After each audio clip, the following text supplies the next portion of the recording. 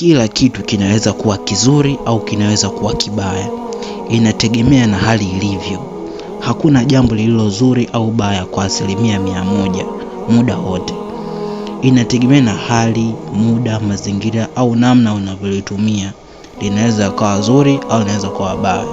Umeona? Angalia mfano huu hapa mmoja ambao nakupa hapa. Mfano, moto ni kitu kimoja.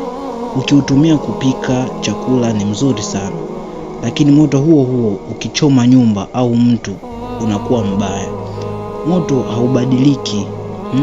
Hali ndio imeamua moto uwe mzuri au moto uwe mbaya. Mfano mwingine, pesa. Pesa ni nzuri sana ukitumia kusaidia familia, kusoma au kujenga maisha yako. Lakini pesa hizo hizo zitakufanya uwe na kiburi, uumize watu wengine, zinakuwa ni mbaya. Hivyo pesa zenyewe hazijabadilika, bali ni hali na matumizi. Haya, tuende upande mwingine. Ukipata shida zinaweza kuonekana ni mbaya, lakini zinaweza kukufundisha subira, nidhamu na kukomaa. Umeona? Na hata raha pia zinaweza kuonekana nzuri, lakini zikizidi au zikitumiwa vibaya zinaweza kukuharibu wewe.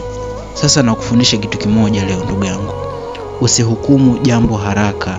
Kabla hujasema hiki ni kibaya au hiki ni kizuri, jiulize, nipo kwenye hali gani na kitumiaje hichi kitu, kinanipeleka wapi baadaye.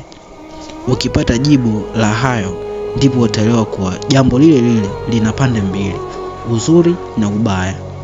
Uzuri wake inategemea na hali ilivyo na ubaya wake inategemea na hali ilivyo, si jambo lenyewe. Au nyewe mnasemaje? Chukua hiyo.